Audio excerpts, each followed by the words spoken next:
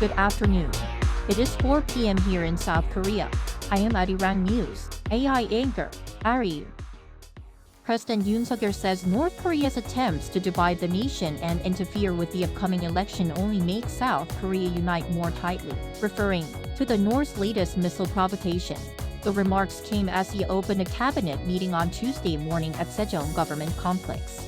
With early voting for the general election starting on Friday, he also said he would ensure a fair and transparent election, while urging people to cast their ballots. In the meantime, he also emphasized finishing making Sejong the nation's administrative capital by creating a second presidential office and moving the parliament to the city. The 4-day voting period for the 22nd general election for those aboard ships began today. 2,050 people are eligible to vote from ships out at sea. The ballots will reach the National Election Commission by fax. Meanwhile, the regular voting period for people overseas has ended in most regions around the world. According to the NEC on Tuesday morning, at least 83,000 overseas voters have cast their ballots. This surpasses the final voter turnout from the last general election in 2020, where a little over 40,000 people voted outside of South Korea. Inflation in South Korea has continued to hover in the 3% range for 2 consecutive months on the back of high prices of fresh fruit.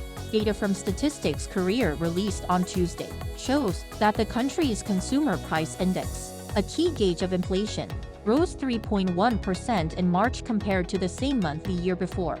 Apples and pears saw a jump in price of around 88%. Which is the biggest on-year jump since data was first compiled in 1980. Several measures to lower fruit prices were announced on the same day, including short-term solutions, such as increasing imports to 50,000 tons by the end of June and long-term solutions such as smart farming. Washington assessed that Pyongyang is continuing to supply military support to Moscow amid the prolonged war in Ukraine, according to Pentagon Deputy Spokesperson Sabrina Singh. When asked if North Korea is still supplying Russia with weapons during a press briefing on Monday, the partnership between the two sides continues to flourish. She added that while Washington has released declassified information on North Korea-Russia military cooperation before, it will not reveal details of recent shipments. Singh also said that Russia continues to cooperate with countries like Iran, emphasizing that the U.S. will continue to stand with Ukraine. In what may further escalate the already tense situation in the Middle East, Iran says Israel is responsible for bombing its embassy in Syria, killing a top commander.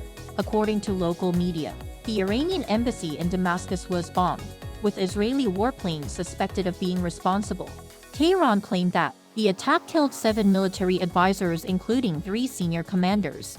While Israel has not yet claimed responsibility for the bombing, Iran's top diplomat said the attack violated all international agreements.